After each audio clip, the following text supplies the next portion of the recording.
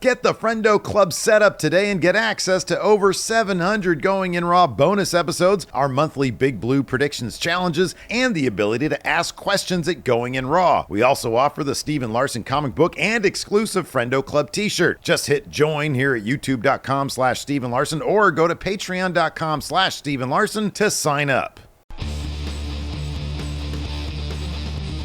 Hey, Friendo, Steve here. Hey, Larson. And welcome back to the Steven Larson Pro Wrestling Podcast, ruining pro wrestling podcasts since 2014. On today's episode, we got the Night of Champions, Morning of Champions is coming up this weekend, probably from Riyadh. And so last night's Monday Night Raw, of course, was the go-home episode of Raw. To that, we actually have over half the card was set last night, assuming there aren't weird travel issues. It's as far as that's concerned, it seems to be kind of an ongoing issue where I think it's probably still going to happen. But like right when we uploaded the episode yesterday, Saudi Arabia paused all air travel in their skies or something like that. And then reportedly some WWE production was stuck in Qatar because they closed their airspace too. Right, yeah. So, and then there's like a ceasefire, but evidently nobody's paying attention to it. So here's the thing. It's funny. It's interesting because when we talked yesterday about, a lot of people were like, oh man, they did shows in war zones. It seemed like back then when they would do those shows, I think they were like in Iraq, and were there any in Afghanistan? Any of the tribute to the troops in Afghanistan? I don't recall. There was definitely in Iraq. And in Iraq, I believe definitely. Even going back further, did they have do one of those in? Oh, maybe not. But in any event, I feel like back then those war zone situations were a tad more stable. But right now, there's a lot going on. And so because it's such a fresh situation, I think that adds to the unpredictable nature of it. I assume it's going to go down in Riyadh, but I don't know. Maybe they'll do a make good or something like that, and they'll just end up doing a performance center at the UFC Apex or whatever they call that thing. I forget what they call that. I think it's the Apex. Well, I mean, I guess reportedly the flights are supposed to leave tomorrow, so if any changes are going to be made, it has to happen today. It's got to happen soon. It's got to happen ASAP. So We'll find out. Anyways, so yeah. We've got both King and... sorry to interrupt. Yes, there was a tribute to the troops from Afghanistan in really? 2005. Yeah. Okay, wow. Hot stuff. So, King and Queen of the Ring finals are set. We got Cody Rhodes versus Randy Orton. No surprise there. Nope. Jade Cargill versus Asuka. No surprise there. Nope. What do you expect in terms of who your next King and the Queen of the Ring going to be? Clear as day. If I could put 100 confidence points on Cody Rhodes beating Randy Orton, I would. Yeah. We've already had Randy versus John Cena, and they're not going to have that rematch happen at SummerSlam when the first match happened at a B-level pay-per-view. Mm-hmm. Yeah. 2, Cena's running out of dates. He's got 15 left, I think, after Night of Champions. Mm-hmm.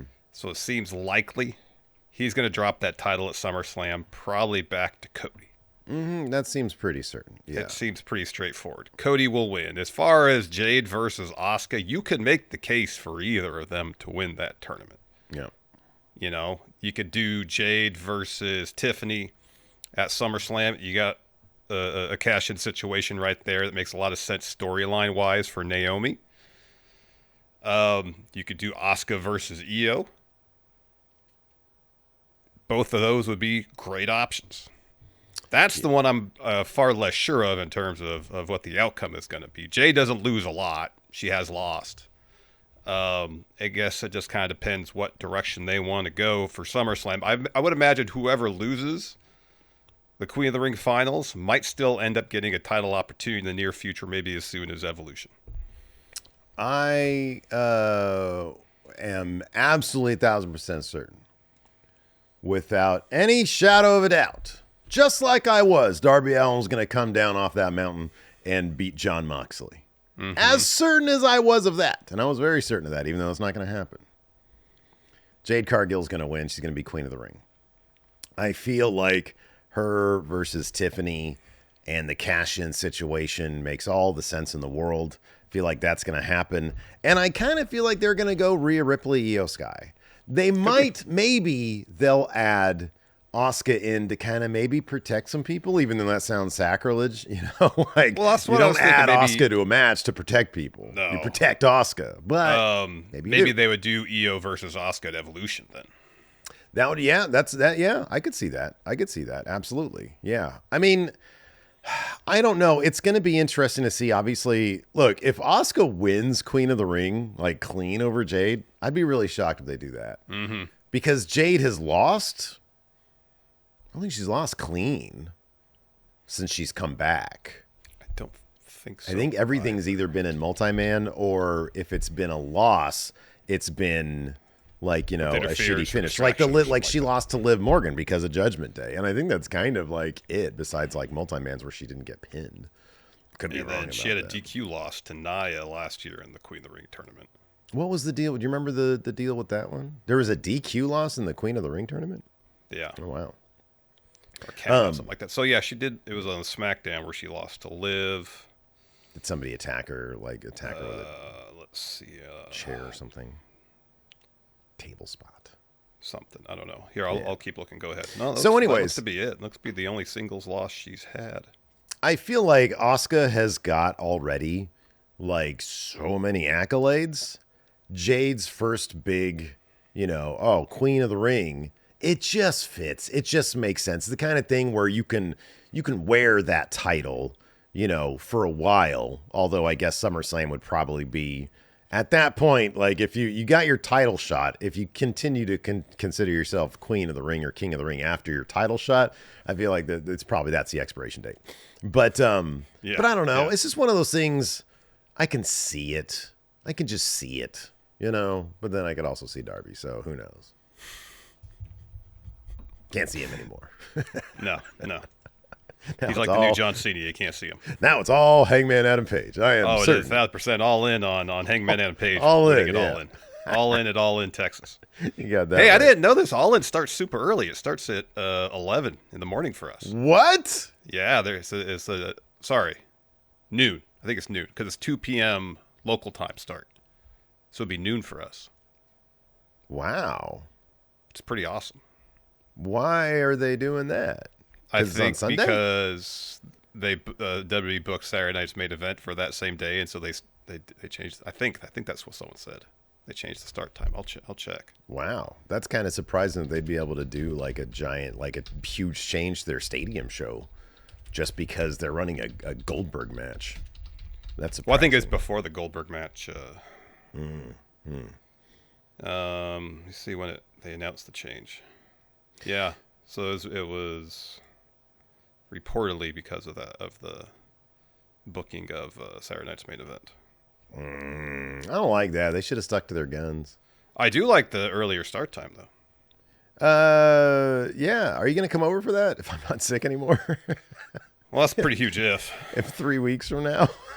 I mean, considering how early the start time is, we should do the same day review for that. We haven't talked about that at all, how we're going to handle that weekend, because there's all sorts of stuff going on. There's 3 a lot shows of shit over going 2 on. days.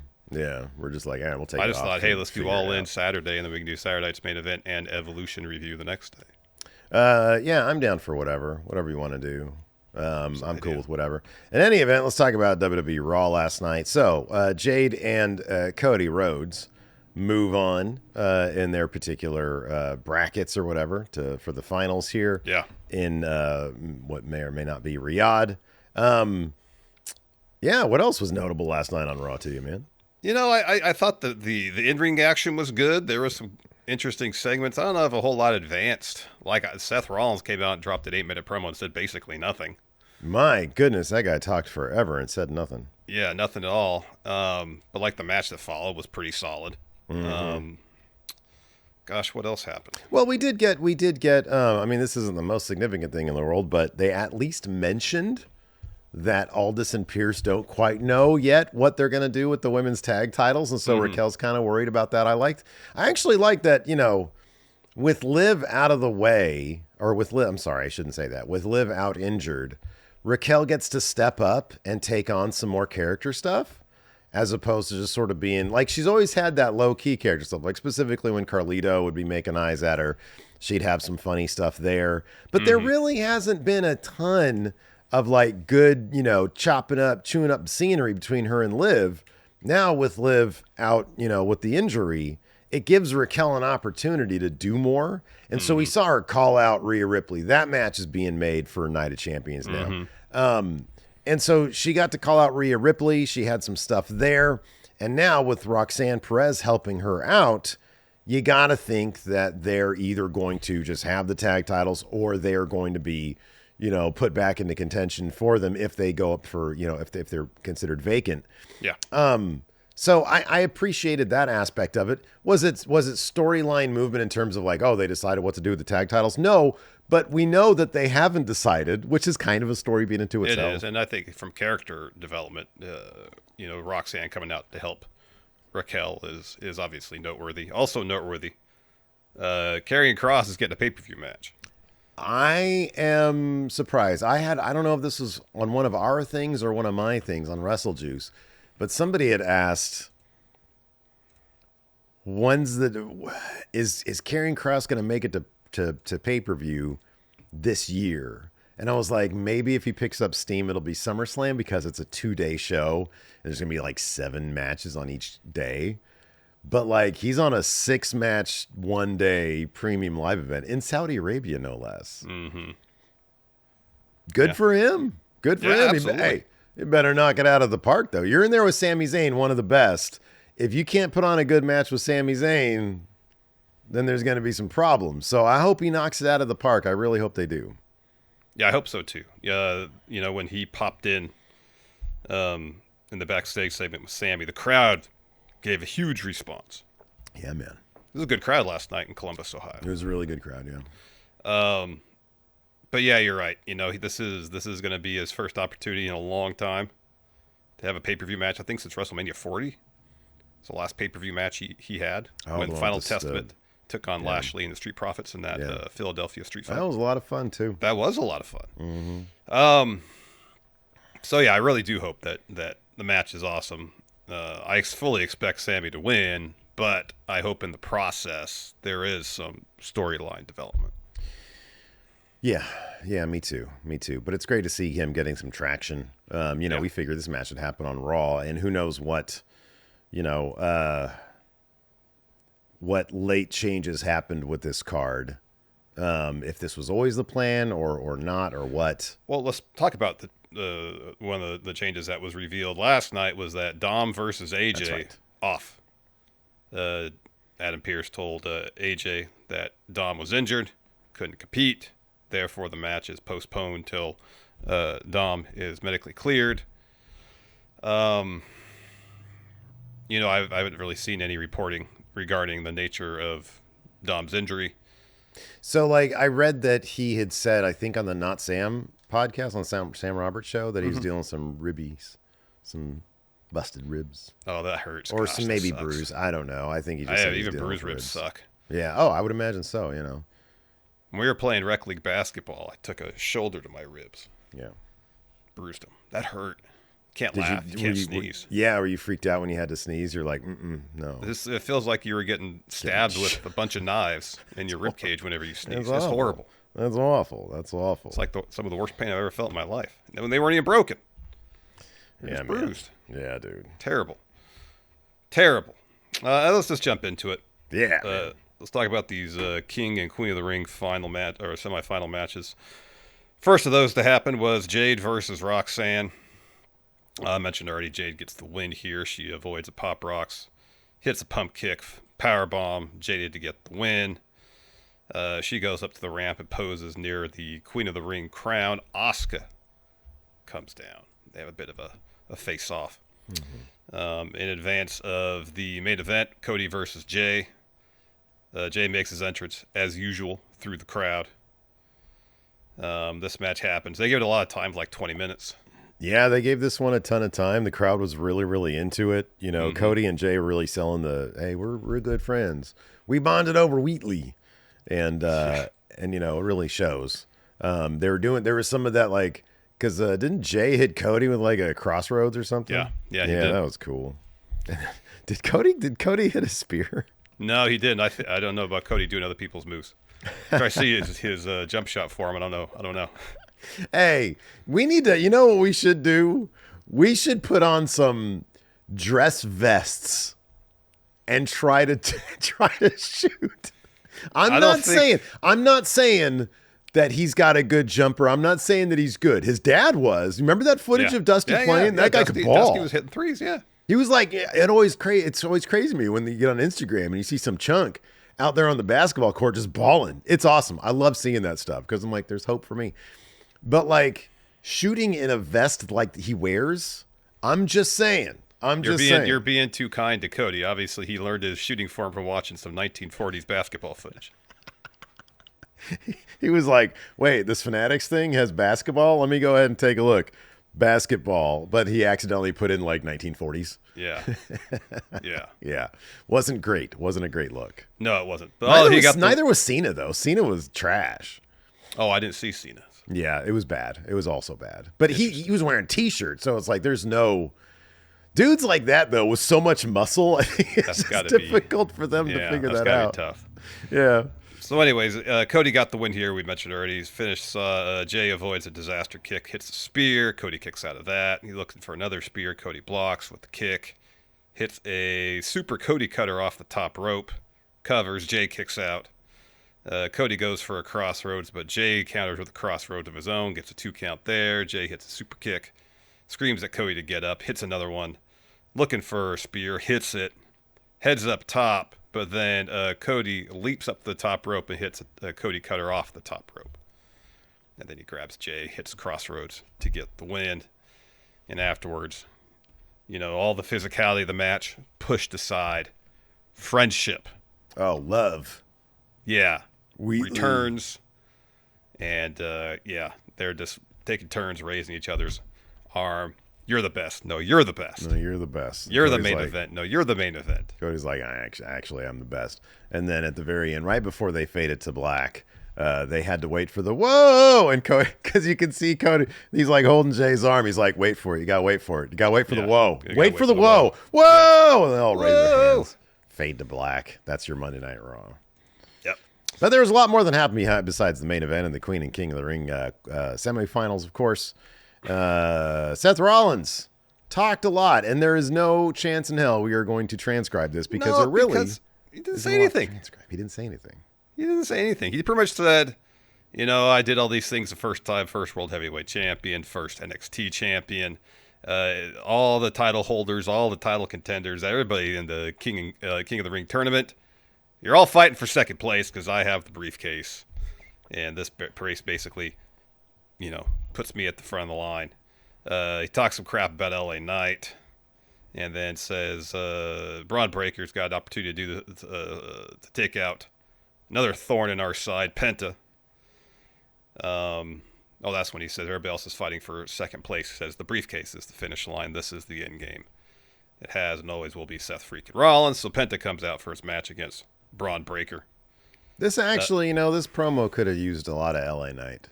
He's in a thing. He's in a thing with them right now. But he was just written off. He ate like 3 tsunamis and a couple spears. Teflon, man. He should be like, I ate those tsunamis like I like to eat pancakes in the morning. I'm like, you know, he should do. He should, he's got his vest on, this T-shirt on underneath. Yeah. And then they should come out and attack him, and Bronson Reed should hit him with a tsunami, and Bronson Reed's like holding his ribs. Oh, that felt awful. Yeah. LA Knight's got a steel plate on his chest. Yeah, it'd be like Marty McFly in Back to the Future 3 or Bret Hart. Yeah. You think Bret Hart had just seen Back to the Future 3? That could be. That could be. It was a great moment. Takes it off. Yeah. Mad Dog Tannen is like, oh, you got me. Yep. Anyways, Braun wins with the spear. This is cool because Penta was doing a springboard type deal. And then Braun spears him midair to cover, get the win. Penta depth guy supreme.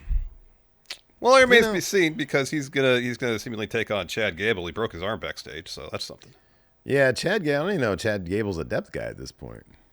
No, I don't think he is. Like, you need win. Like the depth guy situation is this. Penta gets wins against decent level opponents, takes the big losses to the big names. Yeah. That's a depth guy right there. Chad Gable just eats losses. He loses basically everybody. Mm-hmm. So Chad's backstage with Ivy and gives her a bunch of crap for losing to Stephanie Vaquer. And losing that was a Money in the Bank qualifier, losing to Queen of the Ring qualifier. And he says, "Do what I did to Ray and Otis. Wipe them out completely." He stops and then says, "We'll finish this conversation later." He walks up to Penta and says, "Far be it from me to laugh at someone else's misfortune unless they deserve it.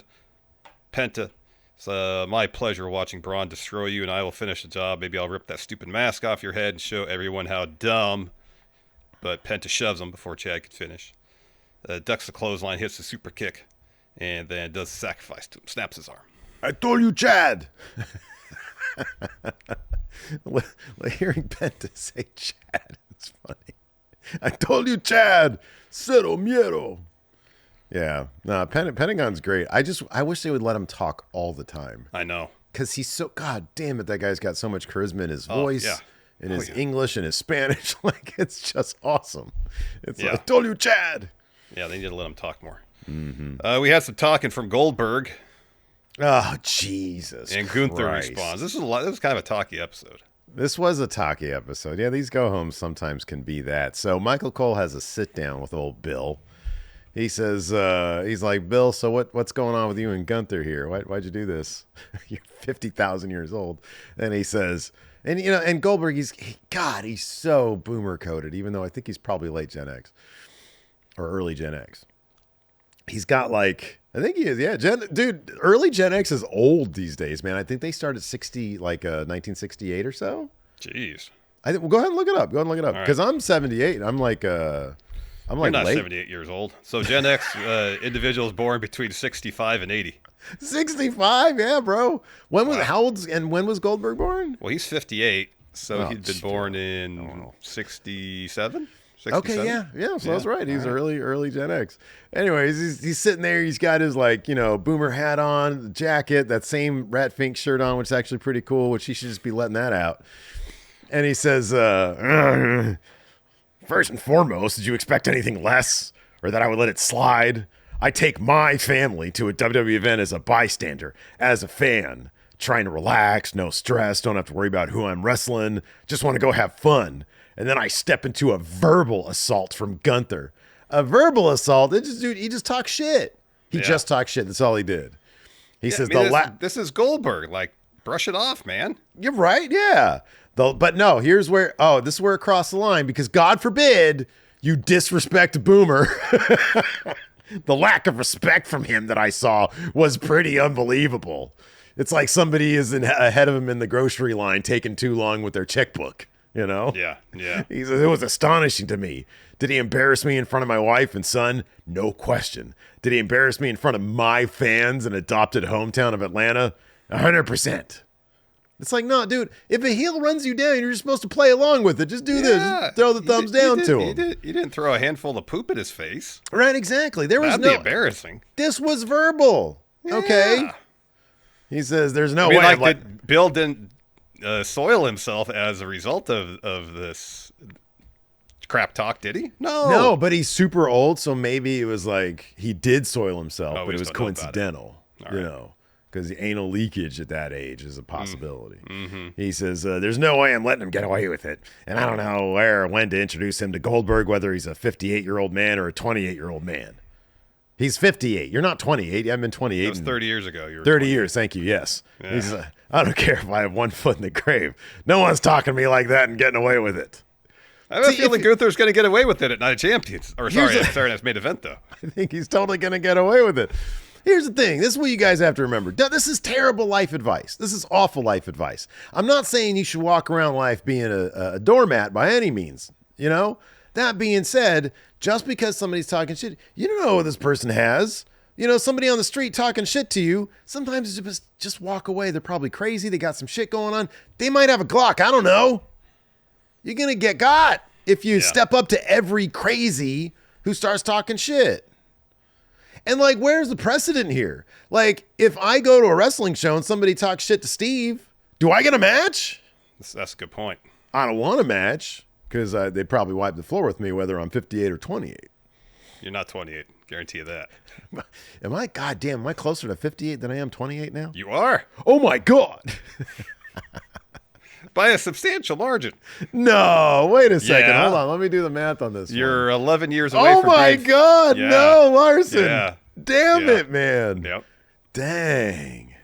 Oh, wow. It will be 11 years. Let's continue on with this Goldberg dissertation. He says, he embarrassed me, and so I am vying for my retirement match, or as I'm vying for my retirement match, I wondered who it would be.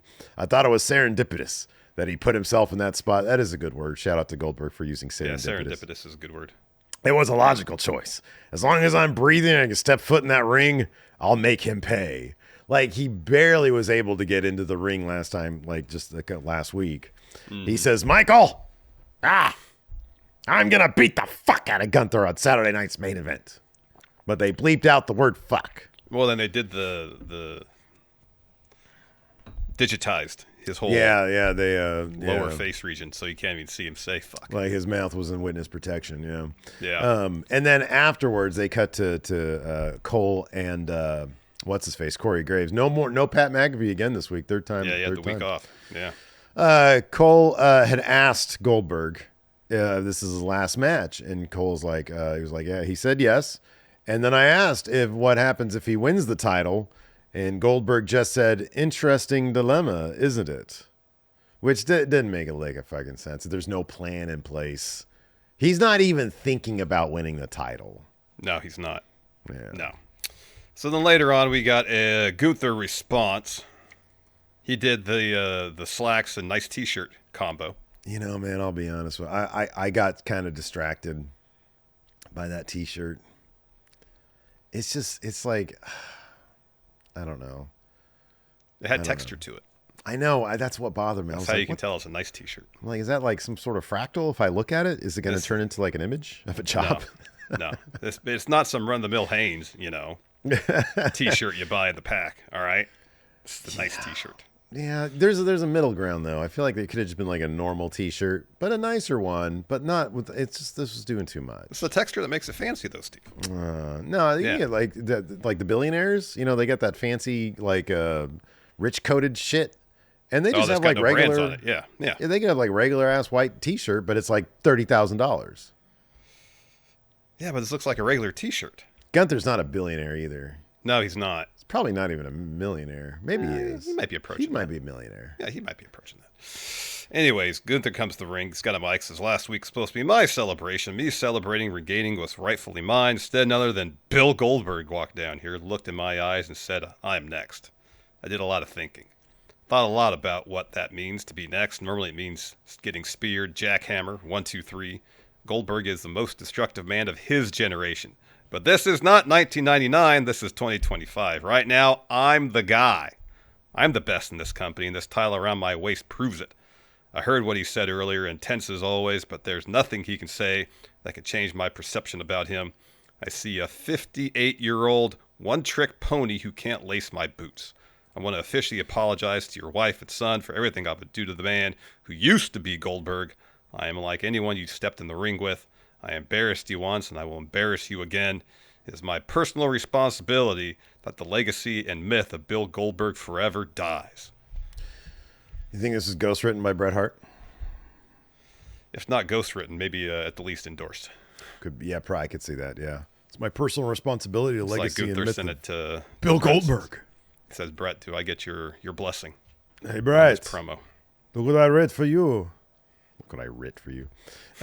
So, yeah, hopefully Gunther just absolutely... I think, So let me ask you this. Is Goldberg going to hit a... Jackhammer? Absolutely not. Jackhammer suplex on Gunther? No. You don't think Gunther's going to kick out of a jackhammer? No, he'll kick out of a spear. He'll kick out of a spear, yeah. I mean, I'll be honest with you, from a storyline perspective, it's kind of perfect because he's been dealing with the guy who hits spears left and right, Jey Uso. So now, what would be really fitting is if Gunther wins via jackhammer. Show Goldberg how a real jackhammer's supposed to look. Mm-hmm. Yeah, that'd be cool. That was a cool move back in the day, though. They did a pretty good job back in the day with Goldberg. Yeah, in a lot of respects they did. I don't need this guy in my life these days. It is kind of funny. Like, you see, I don't know. Like, really, man? Really? We need this 58-year-old in the ring? That's Anyways. their counter-programming to AEW Stadium Show. I know. You get all these young dudes in there just putting on these banger-ass matches, and then you get With Bill some Goldberg. actually really good stories Yeah. being told. And, dude, I'll be honest with you. Like, Gunther, hey, that guy can put on a phenomenal match. It ain't going to be against Bill Goldberg, though. Nope. Anyways, speaking of fun matches, Bayley versus Becky Lynch went down for the Intercontinental Championship. So I want to get your read on the human interaction here, the personal dynamics of Sure. Bayley and Lyra here. So Bayley's back in like one of the hallways warming up. Lyra shows up, and she's like, "Hey, man, I'm sorry about last week. I was kind of a dick. You deserve that title shot." And Bayley's like, "Yeah, you don't say. I didn't know I needed your permission to get a title shot." She's like, wait, look, I'm sorry. This means a lot to me, but I promise when I beat Becky, you're first in line.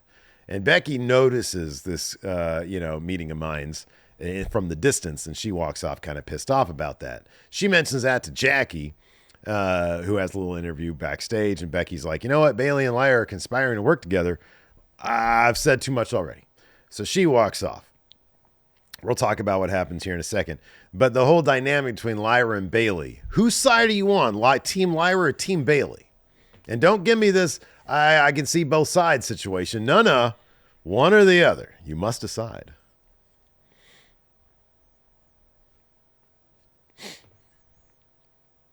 I'm going to say Team Bayley with this one. Okay. All right. I mean, I understand that she wants her revenge against Becky for costing her WrestleMania spot.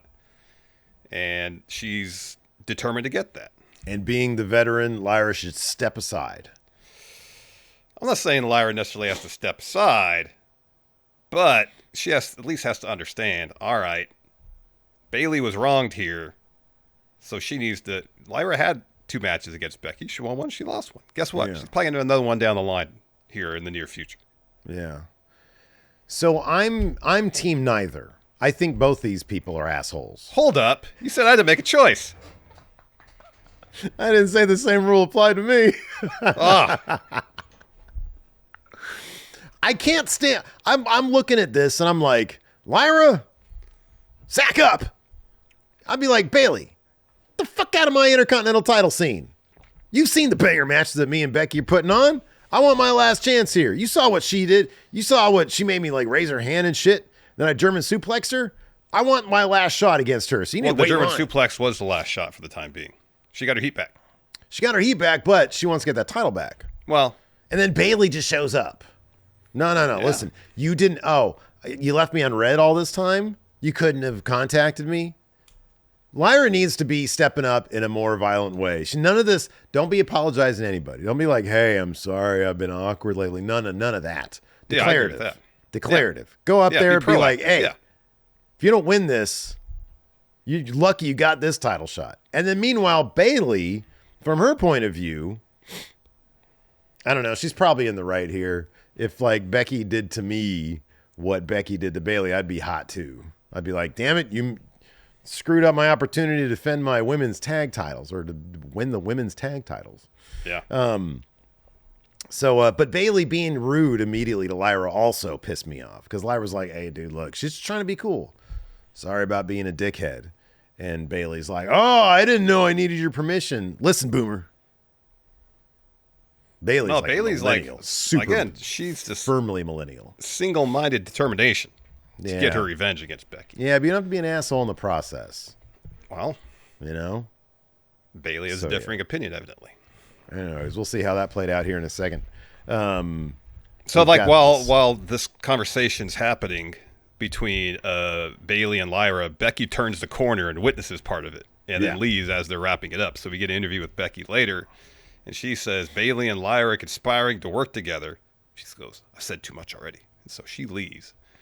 And then Jackie, this is kind of a sidebar here. Jackie walks up to Sami Zayn, who's standing. She asks how he's feeling after losing to Randy. Karrion Kross, off camera, goes, No, because Jackie said, how you feel about losing? And he goes, and then Kross says, He mocks Sammy because that was his response. Yeah. He says, "Oh, that's quite a response, Sammy. What does encompass? Let's just speak plainly. You really had me. Great speech. But what happened? What I told you would happen. You wrestled Randy and he dropped you. When are you going to get it? All this, the way you are and want to be, you'll never be world champion." Sammy says, all right. And then levels Kross with the right hand. He says, "I am done talking to you. Our match is official. Tick-tock." And Kross is holding his face because he just got hit. And Sammy walks off, and then Scarlett says, "Good job, honey." And then he removes his hand, and he's got a big smile on his face, and he's like, "Got him." Well, because he's covering his mouth, but he's his eyes are like, "Oh, I'm really angry." Yeah, right. And Scarlett says, I think she says, "You can stop now." Oh, right, yeah. And so he drops his hand and he's smiling. Yeah. Yeah. That was pretty funny. It was pretty good. Great. He's got his premium live event match. Does. So the Women's Intercontinental title match, Bayley versus Becky. This is really good stuff. At one point, Lyra comes to ringside to maybe try to help Bayley. I don't know. But anyways, Becky is just getting after her to get involved in the match. Mm-hmm. She wants that DQ. She does want that DQ. So Bayley pulls Lyra off the apron. Becky hits a baseball slide on Lyra. Becky gets thrown into the table, then sent over it. And then Bayley throws Becky into the post, into the barricade. Rolls her back in the ring. Bayley heads up top to hit the elbow, seemingly on the precipice of maybe winning the match and therefore the Intercontinental title, when Lyra jumps in and starts attacking Becky. Mm-hmm. So it's DQ. Becky Lynch wins. So Bayley's pissed. Her and Lyra argue. Becky gets out of the ring and laughs up the ramp. Yeah, crowd was not happy with Lyra Valkyria jumping in there and wonking this finish. With that in mind, how Lyra ended up costing Bayley the match. Now, with that in mind, yeah, Bayley justified retroactively for being rude to Lyra. Oh, boy, that's a great question. I think yes. That being said, I fully support Lyra in her decision to get down you're there. Team Lyra then. Okay. Yeah, I'm Team Lyra. I'm not. I think she needs a little bit of coaching in terms of apologizing to people and learning not to. I feel like she needs to just, keep the edge that she had here. Don't give a shit about Bayley. This was your feud. See, I agree. Lyra should not give a shit about Bayley because Bayley doesn't give a shit about Lyra's pursuits. Exactly. She just inserted herself in this. And so Lyra inserted herself into this and went down there, and she was like, you know what? Yeah, I got the whole baseball slide, and then I'm going to get in there, and I don't give a damn there's a match going on. I like that. That's called initiative. Proactive, exactly. Be proactive. Mm-hmm. Synergy. Judgment Day's a mess. So we talked about this earlier where AJ was told by Adam Pearce that his match against Dom at Night of Champions is off because Dom is hurt. Pearce says to AJ, "Don't worry, though. You're first in line when he's cleared." So we're backstage with JD, Raquel, Finn. And they're all kind of less sad, moping around. Liv's gone. Dom's there, too. And Finn's trying to motivate them. He says, "We all miss Liv, but she wouldn't want us sitting here sulking. Dom, you're still Intercontinental Champion, and when you're cleared, you'll show AJ why they call you Dirty Dom. Roxanne, you face Jade, and when you beat her, you'll go on to win Queen of the Ring. Saturday, JD, you and I are going to bring the tag titles back to the clubhouse. And Raquel, you are literally the women's tag champions." She's got both the titles. Mm-hmm. And Raquel mentions, Pearce and all this haven't really made a decision as to what's going to happen with these titles yet. And Finn says, "We'll cross that when we come to it, but sitting here complaining isn't getting a lot done." And Raquel starts to get mad. So JD kind of holds her back, and Finn goes, "Yes, that's what we need. That's the enforcer I know. You can't let Rhea walk all over you like last week. We need you as the enforcer, and the enforcer makes people pay." And she's like, "Yeah, you're right." So she goes to the ring and calls out Rhea. Mm-hmm. So Rhea comes down. They start fighting. Raquel throws her into the apron, then over the timekeeper area. She just gets a table out from under the ring, sets it up. Rhea stands at the announce table and hits the forearm. Raquel is thrown to the steps. And then Rhea sets the table up. Goes for a riptide, but then Roxanne runs the ring and helps Raquel escape that. Rhea dumps Roxanne onto the top turnbuckle, but then gets hit with a Tana bomb through the table. Yeah. Yep. Yeah. I thought that was I thought it was a solid segment. So It was. we got Rhea Ripley versus Raquel Rodriguez at Night of Champions in a street fight. Yep. Yep. That was So, booked. It is yeah. official, according to It Appears. It is official. So that'll be fun. Yes. We also have Sheamus wanting a match against Rusev. This has been building for weeks. So backstage, Sheamus once again talking with Alpha Academy. He hypes him up about going after the tag titles. Rusev walks up, actually makes something good out of this scene because Sheamus and the Alpha Academy is just too after-school specials for my taste, man. It's just too corny. Yeah. He says, "You still trying to be everybody's friend? This business is full of people like you. Smile to your face, stab you in the back."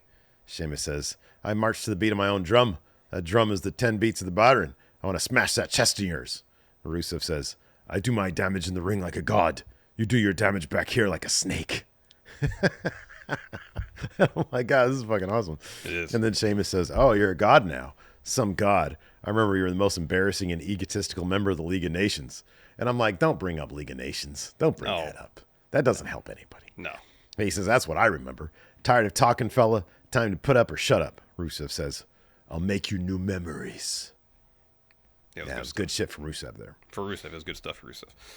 And then we found out the New Day are going to have to defend those tag titles against Judgment Day, I believe, next week. So New Day and Waller walk into Pierce's office asking about some photo shoot. And Pierce says, "I want to talk about a match for those tag titles. You have a match against JD and Finn for them next week. It is official." So they get angry and they storm out. And Waller says, "Don't disrespect my mates, the New Day." And Pierce is, it's like, what? When did this start? Why are you friends? Yeah, I have the same question. Well, there was a couple of segments over the weeks that they've been talking backstage. New That Day, aspect Waller. I understand. Yeah, and so Yeah. they have been setting this up in that background way. But of course, that all brings up the question: what is the nature of a relationship? Where is Theory? I know he's on Main Event, but like, where does he fit into this particular equation? Hopefully they got something. What's going on there? I don't know. I think I spat something on my microphone. Ooh. I don't know. I'm a mess, man. I'm a mess. I'm antsy. No basketball for like 2 weeks now. Oh, it's awful. Just want to get over this shit. Yeah, I want you to get over it too. Yeah. Selfishly speaking. No, I understand. So, anyways, would you like to answer some questions? Let's answer some questions. I mean, I want you to get over it because I want you to feel good. But selfishly speaking, I don't go play basketball. Yeah, no, dude. I feel you. When you're infirmed, I'm like, I don't really care if he feels good or not. I want a ball. As I would expect you to feel. Yeah. Ball is life. That's the problem. Got that right. That's the problem here. Mr. Sinister says, "Do you guys think that Cody will win King of the Ring, then beat Gunther for that title? Then Cena will want to challenge Cody for the title so he can retire both titles, but then Rollins cashes in to pin Cody and win the World Heavyweight Championship?" No, Cody is challenging John Cena when he wins King of the Ring. They said that last night, that you face the champion of your brand. Yeah. So there's no choice involved. Yeah, that's some wild-ass fantasy booking right there, man. Turbo McRadface says, "Just got a question about the best ever Hates champion." And then he lists, like, not Caljack and not Simon. By the way, Caljack is like, he just graduated from, like, oh, God, what was he trying to do? He was being like a peace officer, like a fucking cop. Corrections officer, right? Thank you. Yes, corrections. I was trying to corrections. think of the word corrections. Yeah, he just graduated. That's awesome. That's great.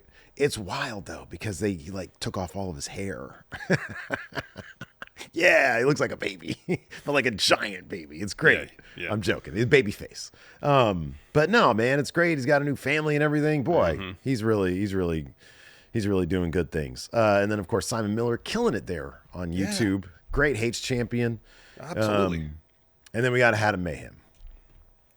I'm sure he's doing great. I know he's married now. Yeah. Or at least last I checked. Yeah. And he was working in the VFX industry, I think. Yeah. So I don't know. I have no idea what he's doing. I haven't kept tabs on him, but that's what I understand he's been doing. Same. I think he's doing good. Aussie here says, "Since you're both fans of Batman 89, what do you think is the one thing each of the later Batman films did better than it in its own way?" Yeesh.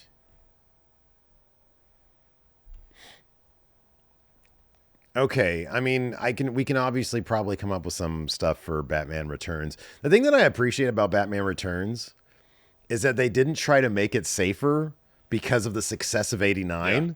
It's a weird ass movie. It is. Like It Burton really is. went further into the darkness on that one. I can appreciate that Joel Schumacher made, I think, the movies that he wanted to make, as opposed to tried to hew closer to what Tim Burton had going on. Yeah. I liked Val Kilmer as a Batman, to be honest with Yeah. you. I thought he was good as a Batman, Yeah. as a Bruce Wayne especially. Hard to say much about that last one. I mean... You mean the Batman?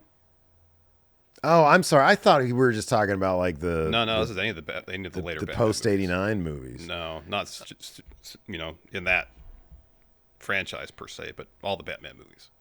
I thought Heath Ledger was the best Joker. He's a Did good a Joker. killer job. I mean, I love Jack really Nicholson. Don't get me wrong. Yeah. But in terms of like embodying what a modern Joker is, I think Heath Ledger did the best job. I'll say. I thought Christian Bale was a terrific. I thought he was a terrific Bruce Wayne, and the Batman voice was cheesy though. You don't like that very much, do you? I'm not a huge fan of that. No. I was gonna say that the Nolan movies tried, I feel like, to ground the Batman universe in a reality that resembles our own. Yeah. Whereas, obviously, in the Burton movies, Gotham is, almost, you know what the word to use for it, like this huge Gothic city. Yeah. Whereas, they shot the Nolan Batman movies in Pittsburgh. Yeah. Right. Yeah. So Yeah. No, that's a good point. The Batman might be... I like the Batman better than any of the Nolan movies, and I think I like it better than anything except for maybe Batman '89. I sort of put it on par. They're very different movies, but the atmosphere of the Pattinson movie it's really good. is amazing. I hope we get to see another one. I know, me too. That sequel seems to be very much up in the air. Yeah, but boy, oh boy, I thought that there was so much about that one to like. I thought the only place where I was like, I wonder if the studio really wanted this in there was when he flew.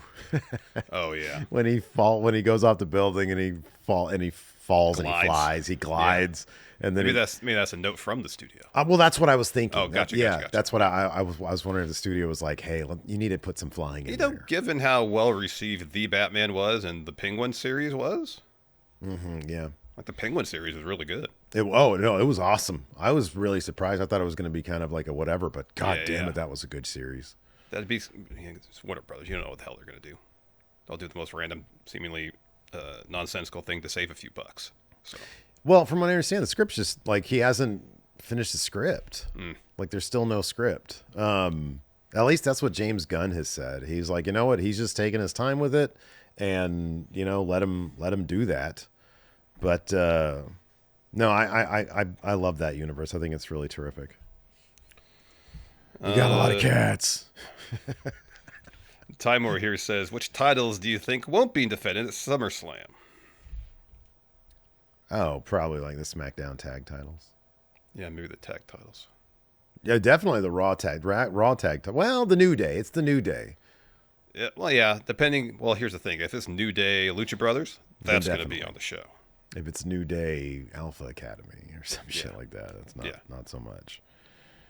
Let's see here. Heel Heat says, what one-hit wonder band do you think deserve better?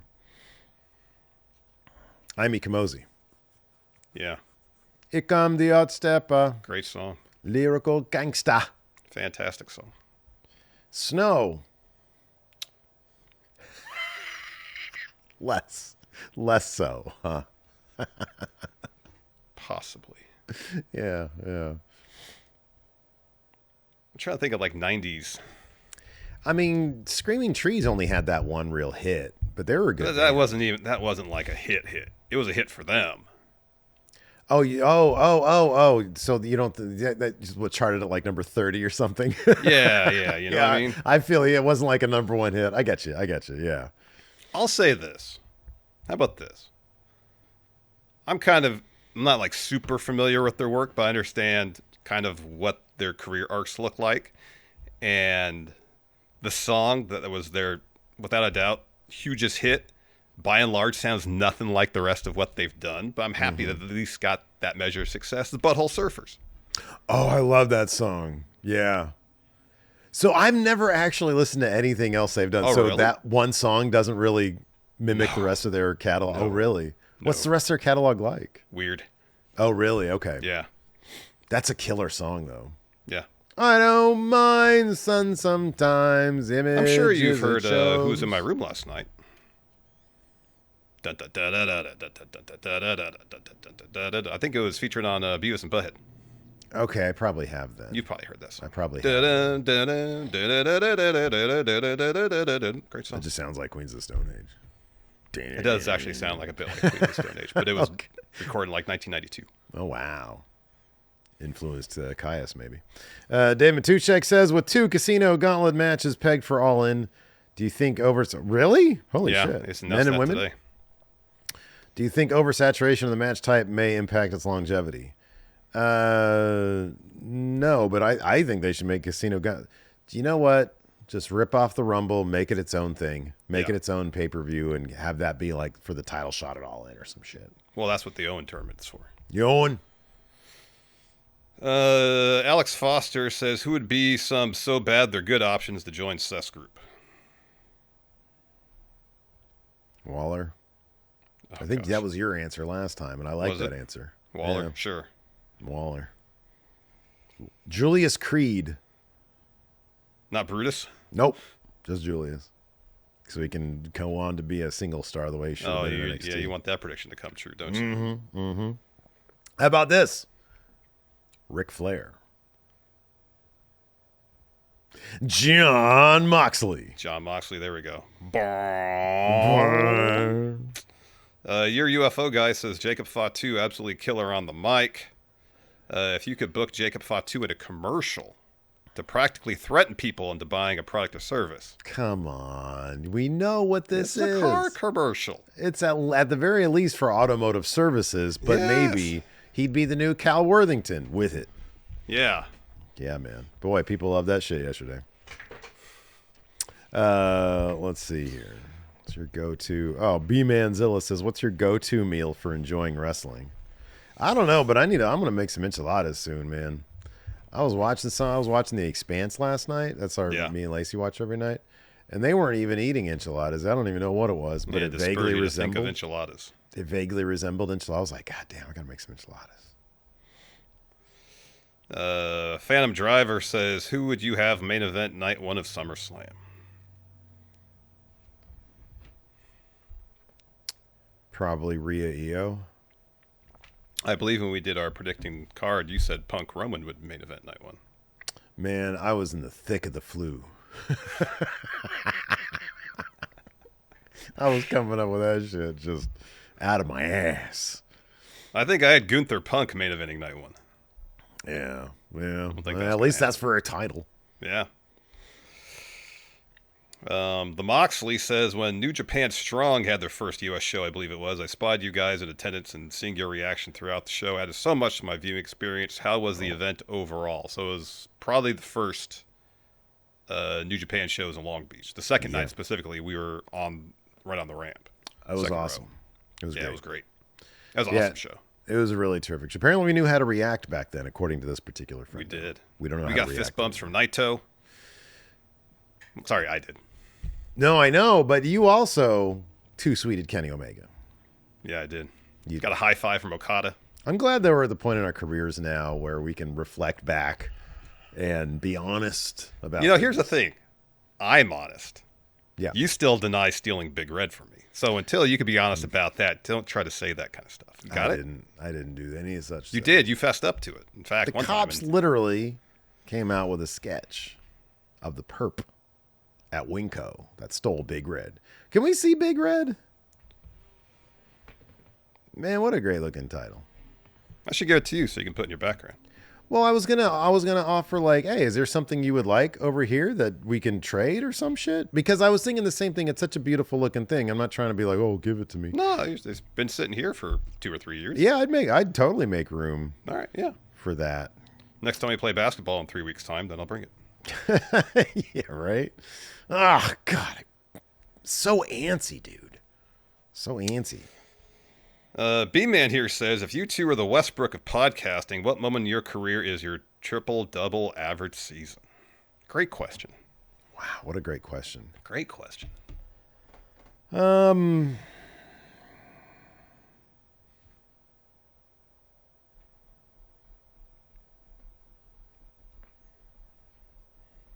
I feel like right now we're in our, hey, everybody just go out there and have fun season. Yeah. That's what we're doing right now. Like LeBron just dropped this big speech about competition and let's get greedy. Yeah. Let's get greedy. And then we're stepping in and saying, nah, man, let's just have fun. Yeah. Well, the funny thing is he didn't even contradict LeBron. He just said, I think he was saying in addition to. In addition to that, just have fun. Yeah. Let's go out there, play with each other, for each other, and let's go have fun. Let's go have fun.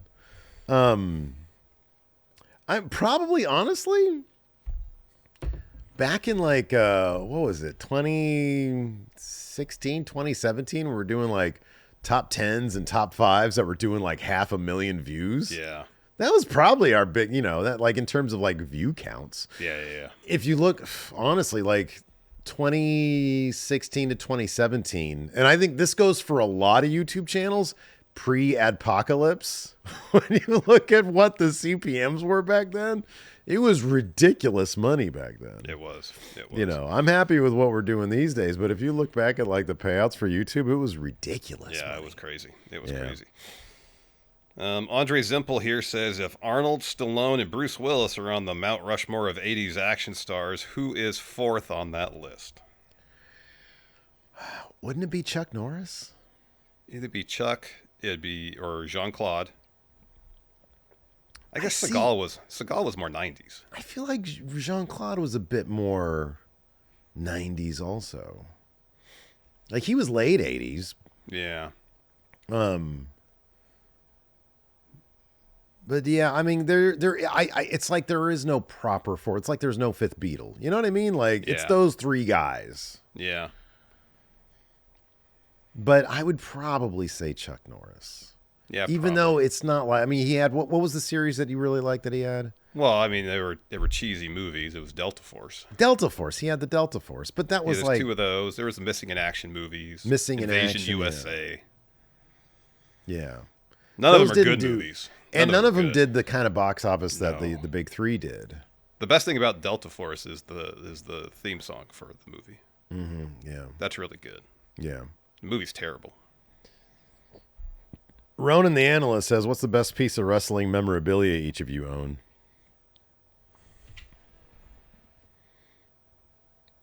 Either the Sid painting or... The Sid painting is really special. Yeah. It is really special. Yeah. Mine is probably the CM Punk Signature Series title. It is fucking beautiful. This is a beautiful piece of art right here. Yeah.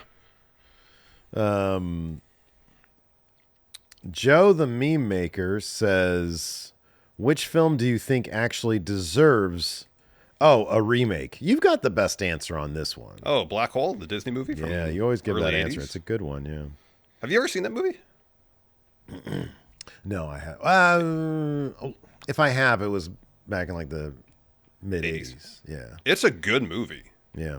It holds up pretty well, but it's not so revered that you can't redo it. Mm-hmm, yeah.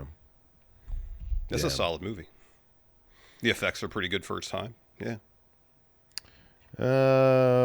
Avery Wash, who do you think should be Stone Cold's last wrestling opponent? So, according to Fightful, there's some indication that Stone Cold Steve Austin might think he has one last match in him, Larson. Is he actually going to say it's a match before it happens?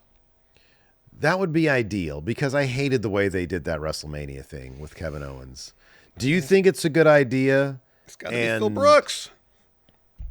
It's got to be like, Phil. Yeah, that's like the one I feel like it'd need to be a bad guy CM Punk though, right? Yeah. Wouldn't that be the best? It'd be great because we wouldn't need a time ship to have that match And happen. we don't need a time ship. That's pure speculation. That would be an absolutely monster match right there. Yeah. And it's Phil who could still put on really good matches. That wouldn't sully the legacy of Stone Cold Steve Austin for you? Mm-hmm. You think it would? No, I don't think it would. No? Well, it depends if the match delivered. If the match delivered, I don't think it would. If the match sucks, and If even this then, was I like- don't really think it would. If this was like you know what? Legacies in pro wrestling, they're really hard to tarnish. You have to do a lot, I feel. You know, especially like if you're a real piece of shit on the outside. Like you have to be a major piece of shit on the outside for people to care about your pro wrestling legacy. I mean, people to this day are still like, oh, Chris Benoit, put him in the Hall of Fame for his wrestling. It's like, dude, come on, man. Let's be realistic here. Yeah. But like Stone Cold, you know, especially over the past 20 years, he's had a pretty decent, like outside of the ring. You know, I know he had, you know, some pretty gnarly stuff happen on the outside of the ring back in the day, but he's engendered a lot of goodwill in the, you know, ensuing 20 years. Mm-hmm. And yeah, I don't think he would taint the legacy. It's really hard to do that. Yeah, I think, you know, one potentially bad match like DX versus Brothers of Destruction, you know, when it's clear everybody is well past their prime, I think that's more viewed as just, oh, well, that happened, as opposed to, gosh, that just ruined everything they had built 30 years prior. Nobody you know? gives a shit, you know. No. Nobody gives a shit. So yeah, I'd be cool with that. I think CM Punk would be awesome. I think it'd be great. Let's see here. Elliot White says, what is the game in the N64 console behind Steve? Larson, I'll let you take a guess. I can't see it, so Oh, shit. Yeah, you can't see it. Larson can't see it. not in this. Is it a virtual pro wrestling? Very good. See, you didn't need to see it. That was a blind one. Yeah. Let's see here. Art Guy says, how do you feel about the wrestling trope of the fake Money in the Bank cash-in?